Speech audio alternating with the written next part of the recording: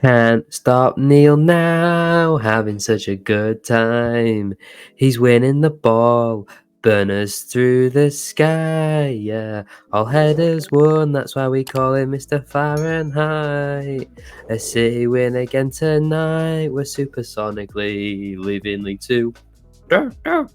Ladies and gentlemen, welcome to our play ratings from Bradford City 3 and Newport County 1. A brilliant win for us last night. Brilliant to get back to winning ways. So as you can see, we are back on StreamYard for the first time in a long time. The last time we've been on here was, I think, the 6 things we learned from the last time we actually played Newport at home. But I'm still very ill at the moment, and we're going to try do the next 4 or 5 episodes or so on StreamYard to see what the views are like, average view duration, and all that sort of stuff, because it's a lot more effort doing these in person, and if you enjoy them equally the same over the internet, then that's obviously much better. And I also don't really want to pass my diseases on to Korban. Well, this current disease, I might have passed other ones on, but that's for private matters. Let's get into some comments then, as obviously we didn't do a play ratings for the Morecambe game. I was on my deathbed. It was physically impossible for me to do that. This is a week on from that game and I still can barely function, so not ideal. But the Harrogate game was the last time that we did a player ratings, and we asked you, well, Korban asked you for the question of the week. What is your go-to milk? Was that the question? Yeah. Yep, so we're going to go through and see what some of you have to say. So Past and Future 3831 says he's not calling for Alexander's head, but he likes the blue or red milk from Tesco's. That's what you're meant to give your opinion on the blue or red milk from Tesco. Never tried red milk. It's just red flags. The blue milk we used to have, but we've since converted to green because my dad's blood cholesterol too high. Grenny or Greeny 007 says whipping cream in coffee. I don't know if that's a type of milk, but is that something you've tried before? It's roke because it only belongs on hot chocolate, and even then it's roke. You know, just go straight in. Let's have some coffee. Richard Corbett says he has oat milk. Not something I've personally tried. And also Super Bantam likes oat milk. I did not have Super Bantam down as an oat milk man. I thought it'd be straight to the point, semi-skimmed. Maybe I'm too judgy there, but oat milk, I don't think I've ever tried that either. Never tried it? Don't think so. No, it's good. That you can get different types. You can get a creamy oat milk, or you can get like a crunchy oat milk. I think that there's different variations, but we've tried both. I don't like the creamy oat milk. I like the other one, which I think is the crunchy one. And I think the final comment about the milk was Richard Booth, who just says he has blue top milk all day long. It's not up for discussion for him, but like I mentioned at the time, green milk from Asda, well, green top milk, you know, nothing tops it. Make sure to stick around for this week's question of the week. It'll be coming later on in today's video. But any quick thoughts before we get into play ratings? Just kind of sum up yesterday's win. Good. Yeah, I guess they were quick. I asked for quick thoughts and you're giving me quick thoughts. Let's move on to some player ratings then. We'll start out firstly with Sam Walker. I've gone 5 out of 10. I don't think he actually made a save in the game. I don't think he can really do much about the Newport goal. It's a good ball into the box. It's a good header, to be fair, from an absolute man mountain inside the penalty area. He's about 6 yards out. Gets a lot of power on it, right in the corner. I can't really have many complaints with that. I thought Walker's distribution was okay, but like I say, he didn't make a single save or notable save in the entire game. There's an incident in the first half which Newport should have scored from, where a cross came into the box and Walker just kind of seemed to get caught in no man's land, and Wildig had a tap in. Somehow he put it back across the face of goal. It didn't end up going in the back of the net, but I don't think Walker had a particularly amazing game, so I'm going to go with a 5 out of 10. I'll give him 6, an average goalkeeper performance from Sam Walker. Let's move on to our back three then. We'll start firstly with Cheick Diabate, a man who the last time Bradford City played at home genuinely had one of the best performances I've ever seen from a centre-half. Since then, though, he's just been massively declining. Scored an own goal against Morecambe last week, and even last night, I don't think was particularly amazing. And when Aidan Baldwin is back for this Saturday, I wouldn't be against Baldwin coming in for Cheick Diabate, which I didn't think I'd be saying, 2-3 weeks ago. But Diabate has been poor the last couple of games, and I do think he could do with a bit of a rest potentially, or just a bit of that.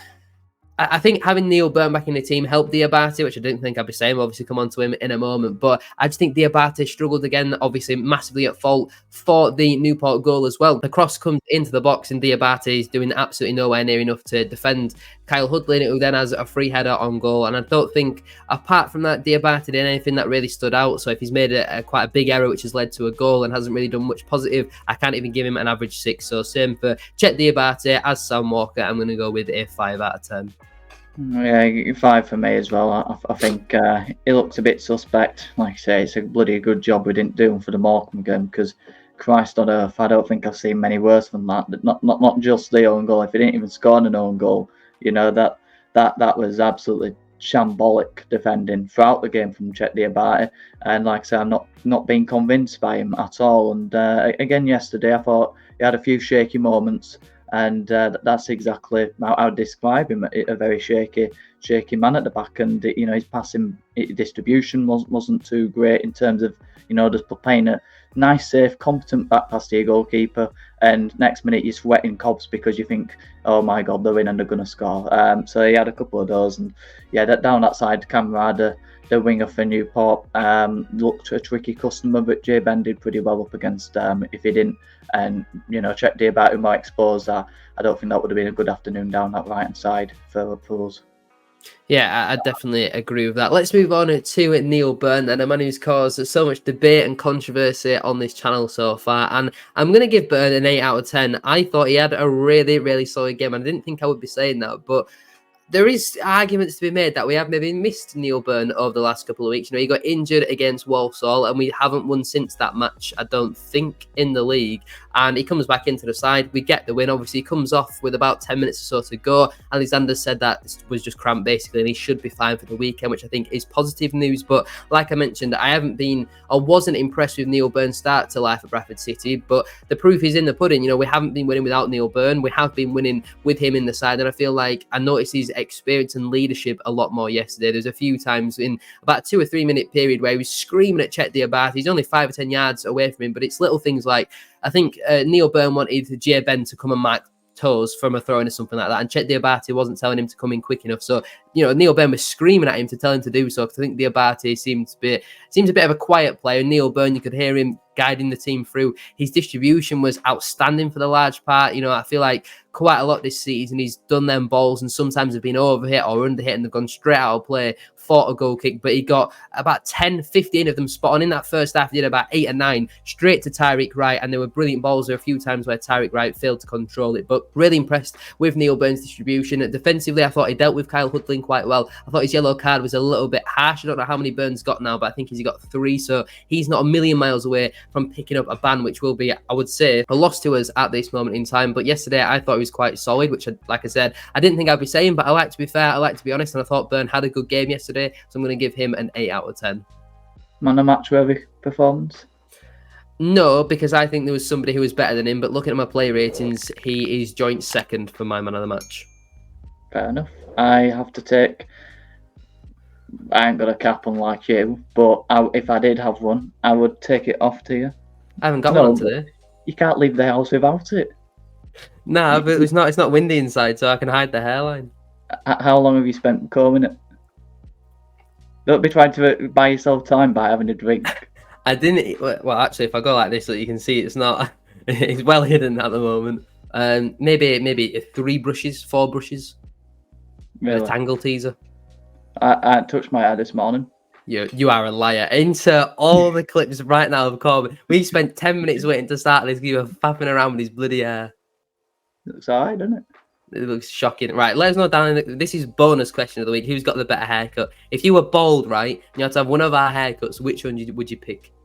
You don't have to be bald. Because then it's too generic then. No, because if you've got hair, then they might want to keep their own hair. But if you've got no hair, no one wants to be bald. Like, I don't want to be bald, or else I would have already gone bald by now. Or maybe in a year, I'm not going to have that choice. No, well, that will be funny. I'll be 2 years into my haircut, and you'll be 1 day. So, any final words on Neil Byrne? Final? I could talk all day about Neil Byrne. He was a man mountain, colossal. Honestly, he was unbelievable. incredible. He is the man, the myth, the legend. He is the best centre-back we currently have at this football club. Arguably the best centre-back in the league. Arguably the best centre-back performance we've seen this season. He's a leader. He's vocal. His distribution's phenomenal.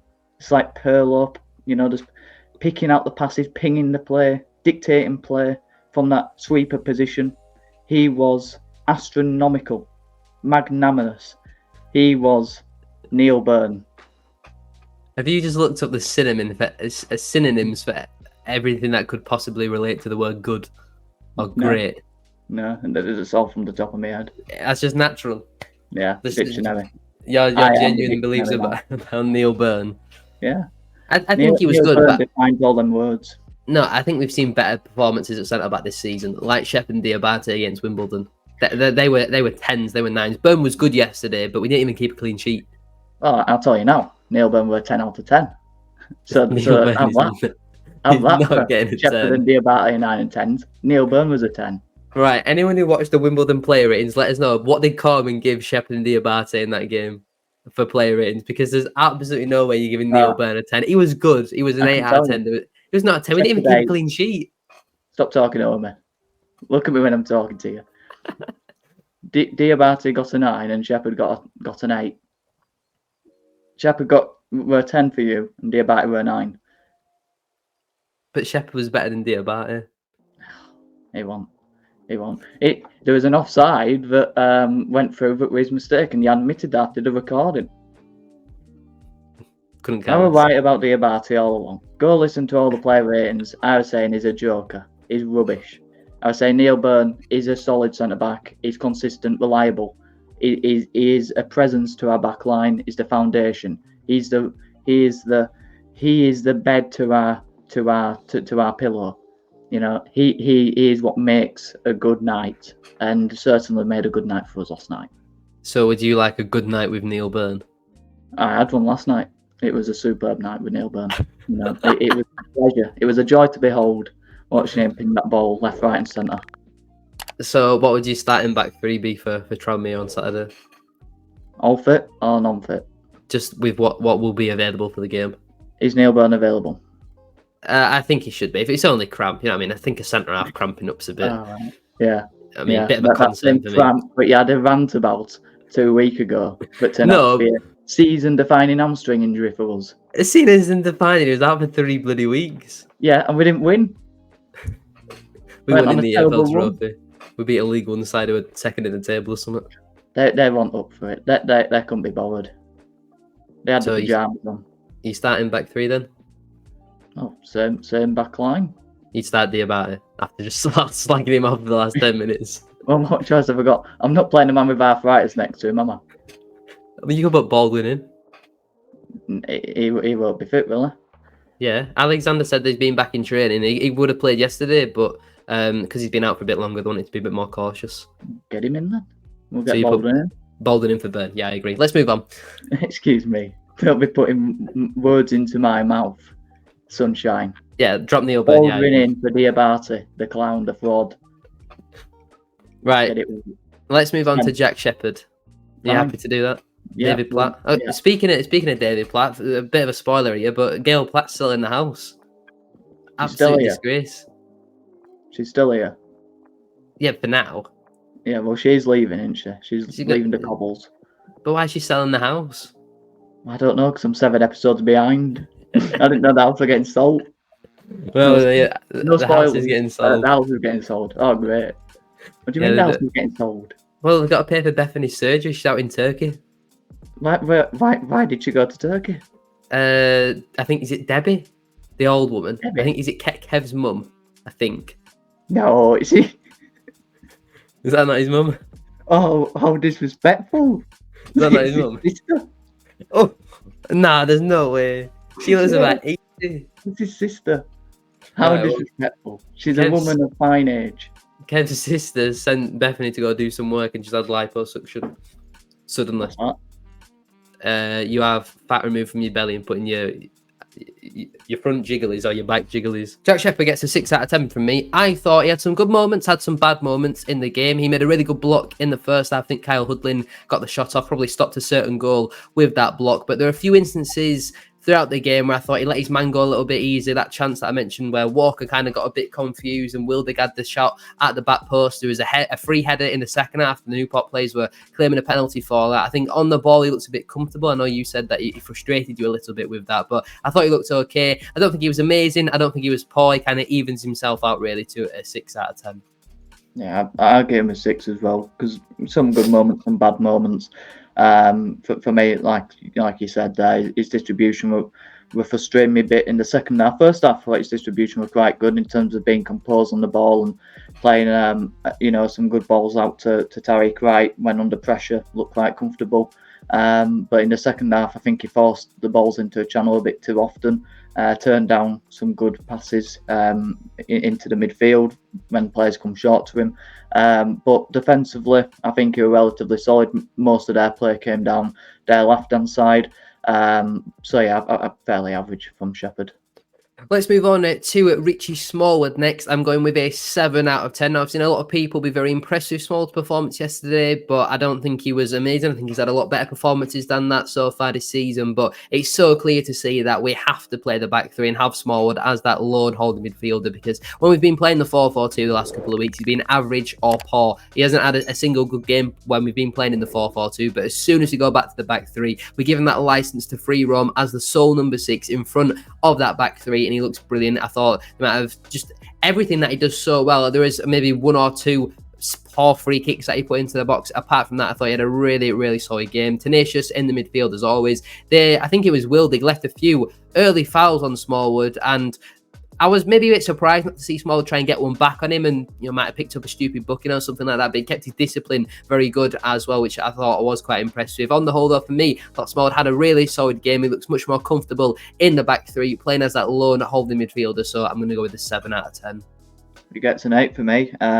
Captain, leader, and epitomises what you want to see from a midfielder on his own. Controls the game like Neil Byrne, played some fantastic diagonal passes out to either wing back, but got us on our way and got our tempo up and our intensity. Some really good tackles at breaking up play as well, and his overall vocal leadership that we've seen from Smallwood, when he's vocal, when he's leading, when he's up for it more than anyone else on that pitch, as you want your captain to be. We have a good performance and we normally win, and that's exactly what he were again yesterday. So if we can get that Richie Smallwood back like we did yesterday after a couple of poor performances in a back four, in a midfield too, then we'll go on another good winning run like we did towards back end last season. Let's move on then to this week's question of the week. Korban, I'll let you take it away for this one. Question of the week is, what's your favourite sitcom? Comedy. What is a sitcom? Comedy series. Comedy series, right? I'm going to predict there's going to be a lot of Only Fools and Horses in there. Yeah, there's going to be at least 3 people who say Only Fools and Horses. I'm not really a watcher of films, TV shows, and I'm a busy man. I haven't got time for that nonsense. But I'm sure a lot of people are going to back the Only Fools and Horses. What would you say yours is? My favourite sitcom? Yeah. I don't know. I mean, it probably would have to be Benidorm, just because I probably watched it 1,000 times, but Phoenix Nights. Benidorm is actually one that I have watched a little bit. I thought that went absolutely completely downhill though when the first family left. Garveys. Yeah, them. The Gravies. That knocks it down for me when they went, but yeah, it's good. I think a lot will disagree. Only Fools and Horses, yeah, that has got to be up there. So let us know down below. Yes, make sure to let us know. And if you don't let us know, then you're boring. So you got to let us know. Let's move on to our right wing back next to Jay Ben. He gets a 9 out of 10 from me, man of the match from me. How he didn't get man of the match, I've got no idea. But I think he's come in, displaced the man who got into the League 2 team of the season last year and has ran away with Brad Halliday's shirt. I think Halliday's going to really struggle now to get back into this side. I thought for his first home debut, I guess you can only really have one home debut, but for his home debut at Bradford City, he looked so comfortable playing in front of that crowd. Again, we know it was a bit of a limited crowd. The atmosphere wasn't really there, but I thought he had a really good game. He gets 2 assists as well. I think he's already got 3 or 4 assists now in all competitions, and I knew Jardim was going to get a few assists this season with them crosses into the box for Andy Cook, because that's the sort of service he thrives on. Look at the goal that Andy Cook scores. He's not even got half a sniff there. He's got no sniff. He has absolutely no right to score that. I'm obviously come on to him later on in today's video, but the ball in from Jardim isn't amazing, but it gives Andy Cook something to work with. We saw the amount of times Tariq Wright would get into the final third and his cross wouldn't even beat the first man, and once again he frustrated the life out of me. Jardim on the other side though, I think he only had 3 or 4, maybe 5 crosses the whole game. Some were overhit slightly, but they weren't going out of play. They were going all the way over to Tariq Wright on the far side, whereas when Wright was doing it, they weren't even beating the first man, so he didn't even have that opportunity to then go back around the other side. But Jardim, he gets the assist for our first goal. He gets the assist for our third goal as well. A brilliant pullback for Bobby Poynton, and obviously a really good finish into the back of the net. But Jardim, for me, I thought had a really, really good game. Defensively, I thought he dealt with their winger for the large part. Obviously, there are going to be times where he does get beaten, but on the whole, I thought he looked quite solid in the game. Not really much he can do about the goal as well, and I think he was almost a perfect performance, really, from what we want to see of a right wing back. A lot of energy up and down that side, and never stopped working, and I think Lincoln will probably let him stay at Bradford City for the full season, but I think if he carries on playing like this, there'll be no doubt we'll be getting a League One or a Championship move anytime soon. I know Lincoln are in League One, but it obviously depends on where they finish by the end of this season. But I thought he had a really, really good game yesterday, so I'm going to go 9 out of 10. I mean, let's not get carried away. I thought he was decent. I thought he had a good game, a spirited performance. I'd give him a 7. He's had a good start to his City career. But you know, 2 weeks ago you were saying Diabate, you know, he's the next best thing since sliced bread, and look at his fall off. So, you know, I don't want you cursing these players, especially the loan players, because I think you had a say on Sanderson's a quality player as well. Where's he gone? So, you know, it's not looking good for you with your talent ID, as you said a couple of weeks ago as well, when you were criticising mine when I was praising Neil Byrne, and now everyone's. I said when you said that, I said everyone will see, everyone will be praising him soon. Lo and behold, I was right. I'm not saying you're wrong with Jardim. I'm just saying let's just be careful here. Very spirited performance. His crossing flattered to deceive me, to be honest. Yes, 2 assists from a cross, but Andy Cook, it was behind him, and he had a lot of hard work to do to get that on target. It's an outstanding header. And then Poynton's, for me, it's a bit too short for him. And again, it's a lot of hard work to get to the ball, and then he's got a bit of luck through a bit of a deflection, but it's a fantastic, intelligent finish from Poynton. So I think it's more on the players in the box. I won't go into more on that. I'm saying more on the players on the box to get on the end of it than the actual delivery and technique of the cross. There were a few other crosses that, you know, were nowhere near.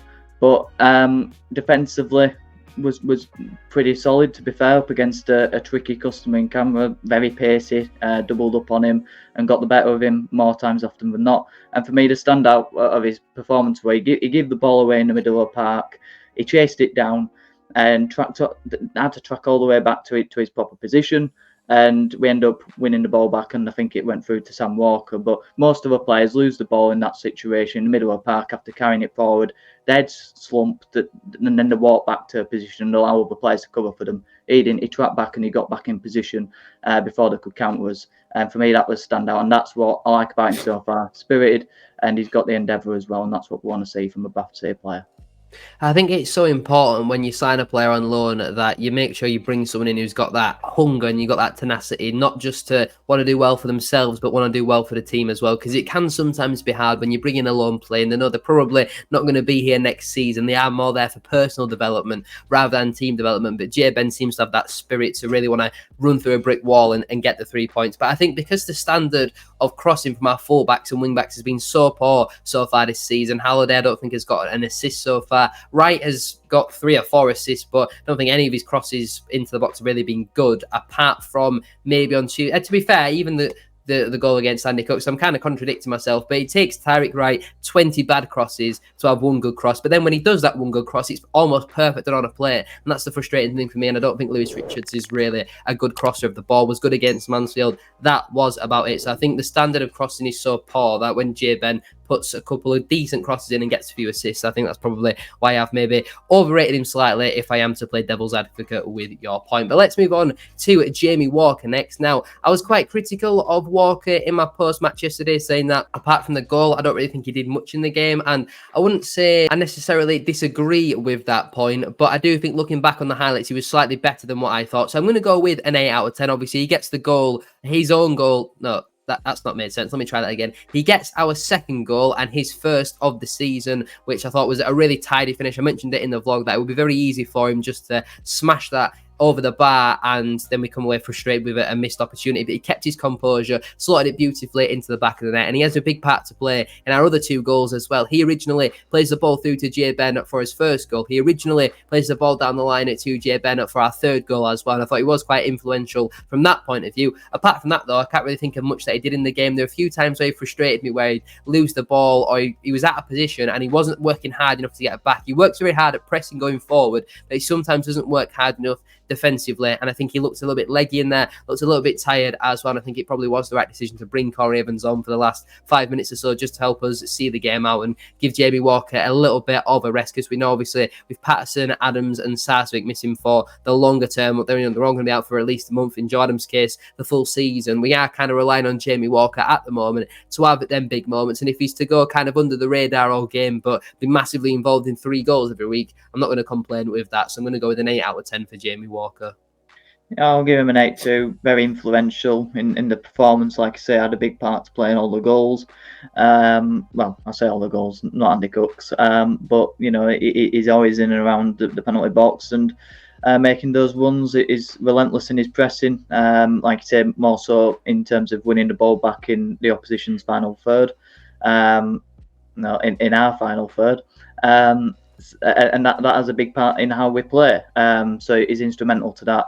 And maybe a bit like Neil Byrne, when he's not in the team, you see how the structure doesn't really function without him. And he definitely contributed to that again. And like I say, contributed with the goals and a very good composed finish where others would have probably skied it. Let's move on to Clark Ador next. I'm going to go with a 4 out of 10. It really frustrating yesterday from Clark Ador. We know he's got ability. We know he's got potential. Yesterday, though, he didn't show it. He was trying to be far too casual, lost the ball on a few occasions, was only jogging, not good enough in terms of the work rate, offered nothing going forward, no goal threat whatsoever. And this was a big opportunity for Clark Ador tonight because, like I mentioned earlier, with Sarswick out for another month or so, Patterson out for a month, Joe Adams now missing for the full season, Corey Evans just getting up to speed, Bobby Poynton not playing particularly well in the previous couple of weeks. This was Clark Ador's opportunity to get a goal contribution, play really well, and then he's starting for the next 3 games or so. He didn't do that. He was really, really poor, and I think he'll struggle now to get back into this side. And it's so frustrating because we know there's a good player in Clark Ador, but he's just not showing it. He lost the ball a few occasions as well, in quite silly areas. You know, they were around the halfway line where our players were quite committed up the pitch, and then it's the work rate to get back. It's slow, lethargic jogging. It really did frustrate me. I was far from impressed with Clark Ador yesterday. I feel like this is a common theme throughout the team. Either yesterday you were good or you were poor. There wasn't many average 5, 6s out of 10s, which is a little bit concerning. But Clark Ador thought had a really, really poor game, so I'm going to go with a 4 out of 10.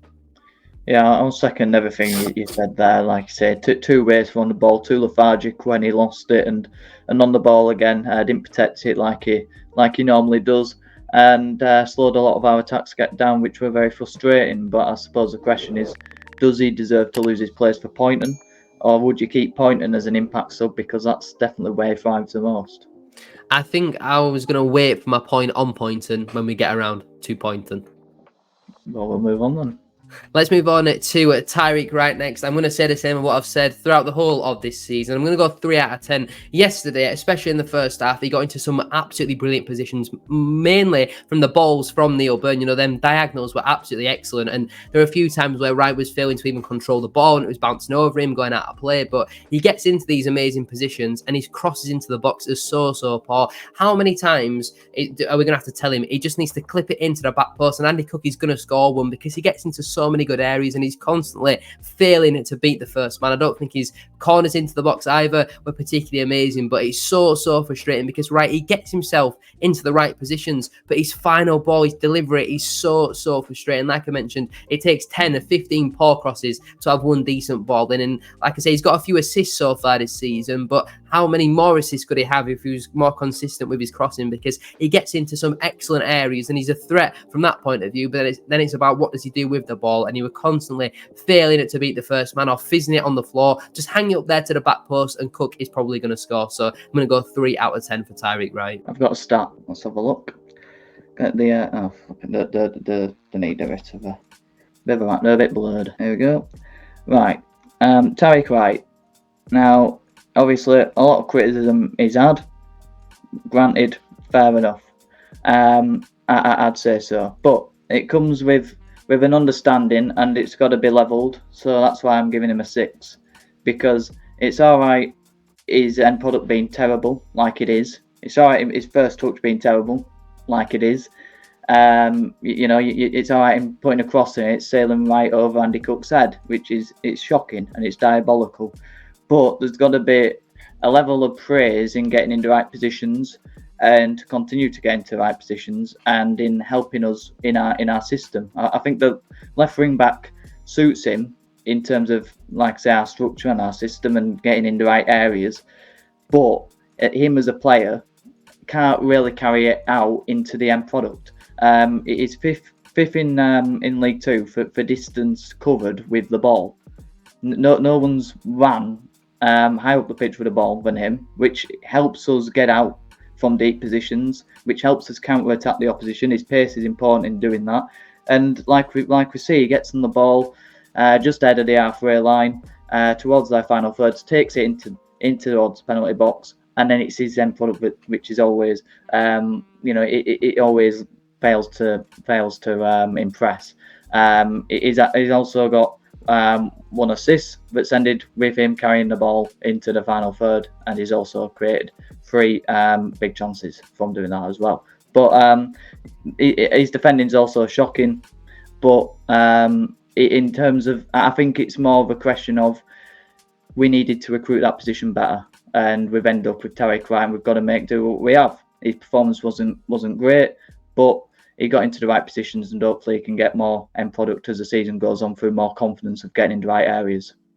So to counter at that point, I'm going to say, where a player gets into a certain position, is that not down to the system, and then it's down to the individual ability to be able to produce that final pass? Because I would say a player getting in the right area is more down to coaching, system, tactics, and then the final ball is then on the individual ability. So surely if he's doing the system thing but not got the final ball, then it comes down to the player just not being good enough, and somebody else could do that role.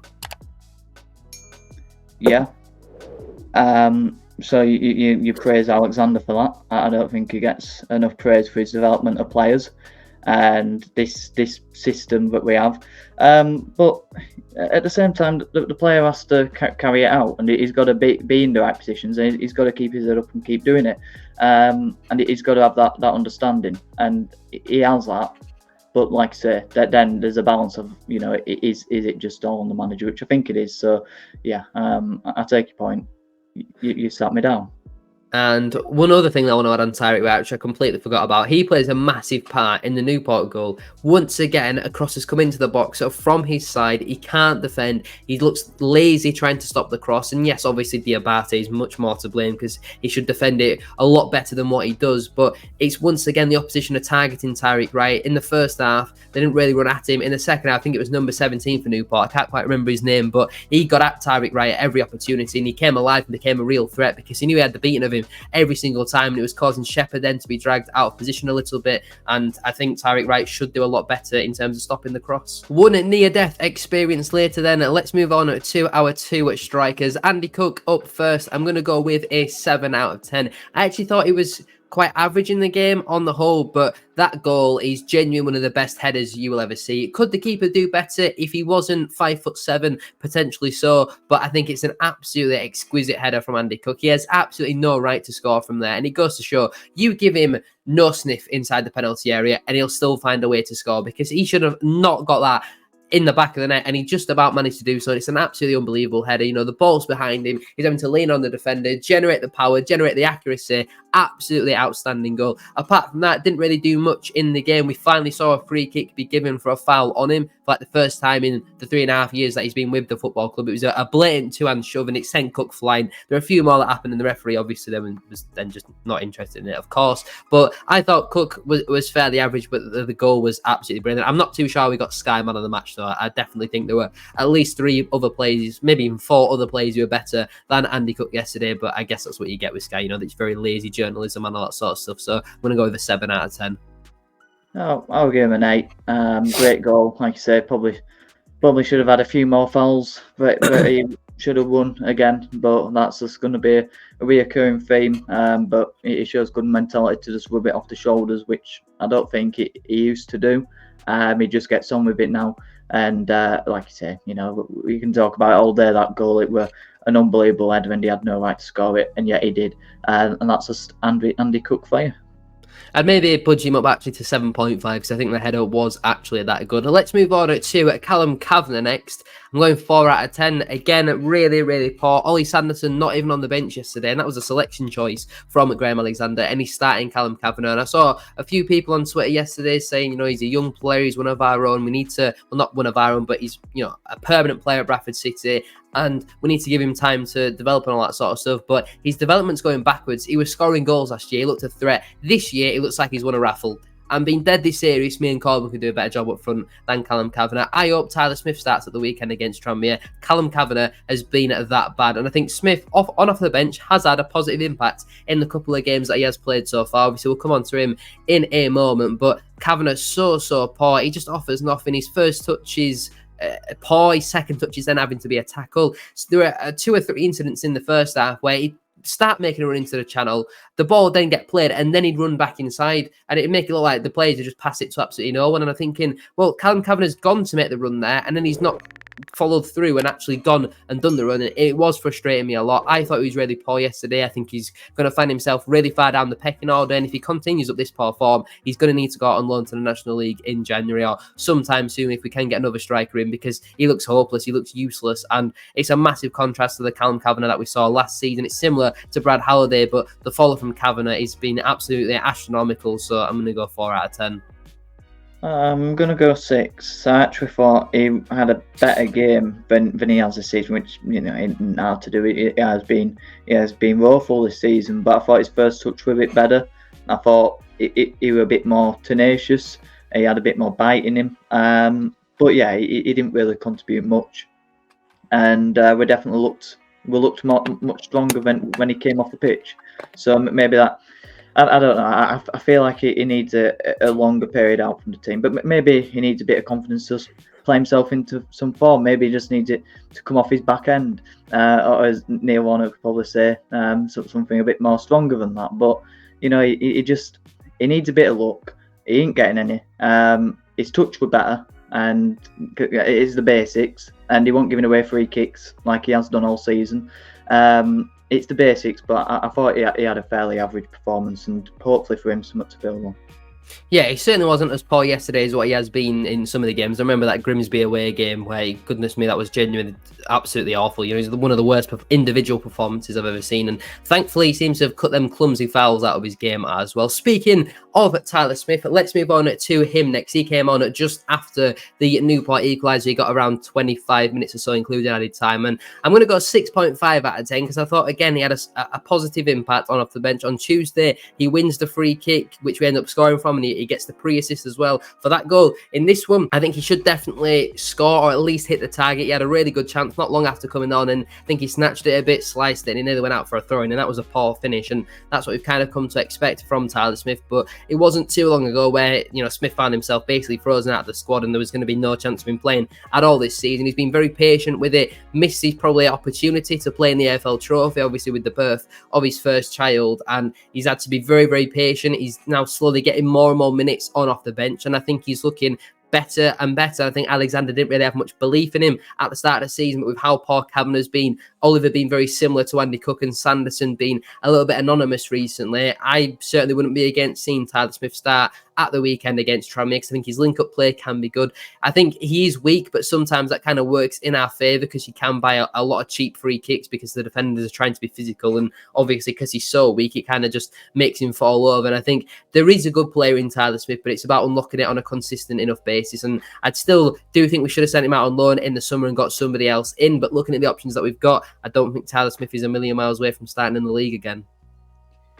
Yeah, he's had a decent impact on the game, got himself involved, missed a brilliant chance. But, like I said, he sliced for a throw-in, as you come to expect with Tyler Smith. I think he can be a good bench player to bring on, just to cause a bit of havoc. But yeah, I didn't really see much for him to be starting, but that just shows how poor our striking options to play alongside Andy Cook are. But someone who's putting an okayish performance can be talked about as our best striker before him. They need to step up now. I just remember him. Obviously, you were talking about his weakness. He got shoved in the box, but it was like a tap on his bloody feather. It tickled him with a feather basically, and he fell over. He basically dived, and he was playing for a penalty, and he could have kept the ball alive and took it towards the corner, and we go again for an attack. And he obviously wasn't going to get that, so that was a bit frustrating. But and the chance he missed, but he made an impact in the game and contributed to our momentum shifting, and we got a couple of goals, didn't we? So yeah, it was okay. Yeah, when I say that I think Tyler Smith, I wouldn't be against him starting on Saturday. It's not because I think he's amazing. It's more just due to how poor or ineffective some of our other strikers are. Let's move on to Bobby Poynton next. He was part of that double change when he came on with Tyler Smith. I think he came on at 4 o'clock a door. And again, very, very impactful substitute. I'm going 8.5 out of 10. Assist for Jamie Walker's goal. Gets another goal as well. He's at 3 for the season now in all competitions. He's first in front of the Cop as well this season. And an absolutely exquisite finish. I know you said that it took a deflection. I don't see it as a deflection. I mean, you might have seen an angle that I haven't seen, but a decent ball from J Ben, and the way he flicks it with the outside of his left foot and it kind of loops into the back of the net. A really, really good finish. It reminded me slightly of Tyler Smith's goal at home to Doncaster last season, in the way that it kind of loops over the goalkeeper. I know Smith's was at the near post and Poynton's was at the far post, but I think Poynton on off the bench, he's so much better as an impactful sub, and I think it helps him as well, playing him alongside Jamie Walker.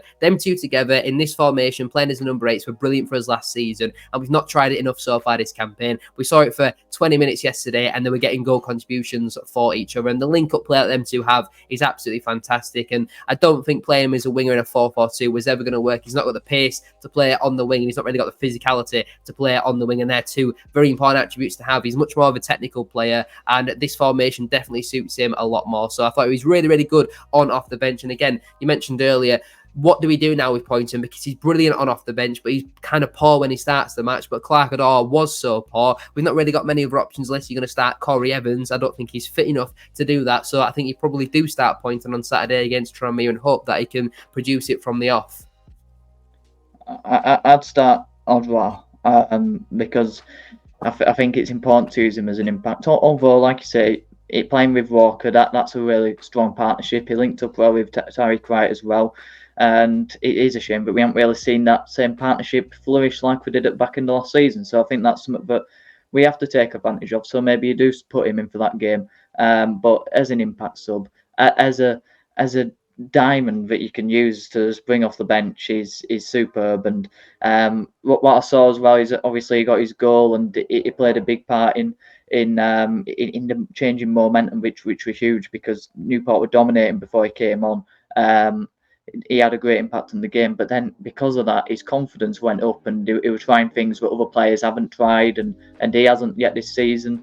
And he was just getting on the ball. He wanted the ball, and we haven't got players who want to get on the ball, take players on, and create chances, and score goals. It's simple, and it's something you'd expect players to demand and want, but they go hiding. And Poynton, when he's got that confidence, he done, and he loves playing at City, and scoring in front of a Cop, it's every Bradford City fan's dream, and he's living that dream consistently. So yeah, great performance from him again, and game changer. I just hope that he can keep it up and continue this level that he played at yesterday, because we know there can be a very good player in there. But again, it is only his second full season in senior football, so he is going to have frustrating games at times. There was 2 other substitutions. I don't think we'll really have much to say about either of these. Lewis Richards came on for the last 8 minutes plus stoppage time for Neil Byrne. Obviously, he came off with cramp, and I don't think Richards actually touched the ball whatsoever. So I'm just going to give him an average 6 out of 10. I don't think you have really much to add on Lewis Richards.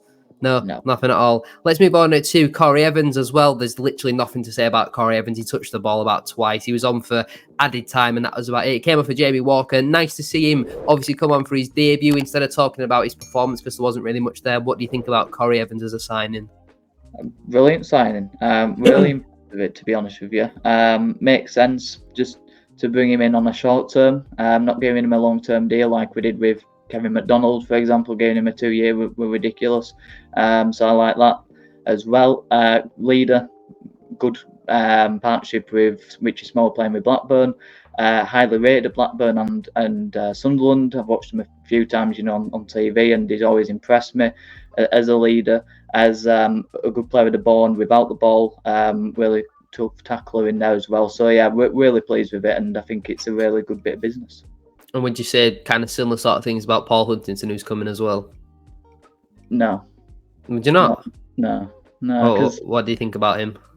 Well, I think he's a good signing for us in terms of a stopgap, and just for a footballing business thing. Bringing in a player low wages who can contribute. Again, brings a bit of leadership, a bit of character maybe, but I don't think he'll play for us. We're getting our players back in Byrne and Baldwin. We've got 4 centre-backs behind them. Want to impress him at Carlisle, to be honest.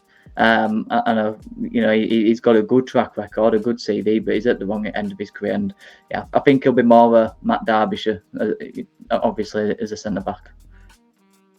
Well, I mean, we know about your history wanting to play strikers in centre-back, so I'm glad you've specified that. Let's move on to Graham Alexander next. I'm going to go with a 7 out of 10. I didn't hate the starting 11 too much. There are a few changes that I might have made in there. I would have rather seen Clark Adore start at left wing back and maybe Point and get the nod in the middle once again. But I didn't hate it too much, and I feel like in the first half we had a lot of control of the game. Second half, for some reason, Newport just got a load of momentum, and we were looking very leggy inside in the midfield. And I think Alexander should have made subs 5 or 10 minutes early. And I said it in the vlog, we need to change something or we're going to concede. And literally the next clip, we then went and conceded from it. You could see it coming an absolute mile off, and the goal was so disappointing. But again, we had that dogged mentality.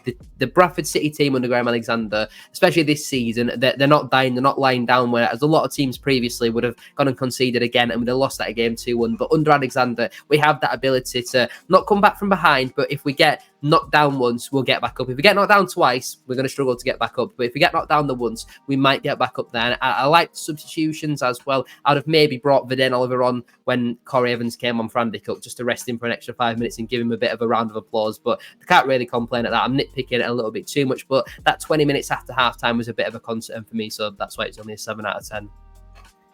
Yeah, 7 for me. Obviously, I'm a massive fan of Alexander, and when he's got his players fit, when we're using the system, when we're flowing, when we're at home as well, because we haven't lost yet at home this season. I can't remember last time that happened. It would have been Macaulay, or you're going that far back, when we've gone so far into a season without losing at home, which is unbelievable. And it's great to have that and to keep using that as well. And hopefully we can really use our own form, because we never do. We're always terrible at home and good away. It seems the opposite this season, but if you can build that home form, the away form will follow with it, because you've got the backing of the support. So I'm really impressed with that. I was looking last night. I think he's won 13 or 14 home games in all competitions. That's probably one of the most in terms of the games that he's had with the manager as well. But one thing I would say about Alexander is we know he's streaky. That's something we've become accustomed to, especially last season. We saw 6 defeats, then 6 wins, and that doesn't impress me, but it gives me a bit of confidence that we can go on another winning run. I think the start to the season, people would say it's a solid start. Then we obviously had a poor run of form. Injuries probably contributed to that, but the performances, the results against that quality team is appalling. And then we've gone and ended that with a good win at Newport, a convincing win at Newport, now we need to go on that winning run that we've had under Alexander, and have confidence that we can do that as well with the bodies coming back. So I'm more confident that we can do that under a manager like Alexander.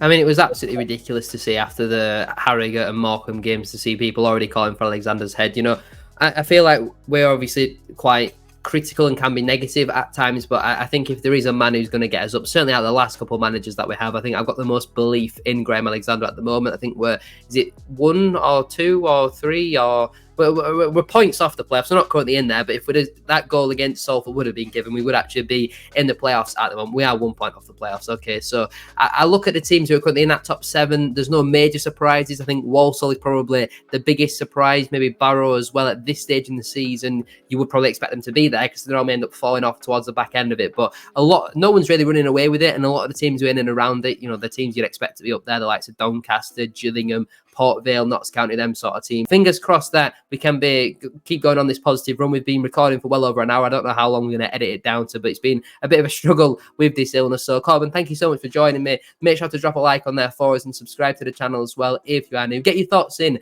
down in the comment section down below, and check out Korban's channel. The link, as always, will be down in the description down below. What was the question of the week again? Favorite comedy sitcom. Yeah, that's it. Comedy sitcom. Let us know down below. Thank you all so much for watching, and we'll see you all later.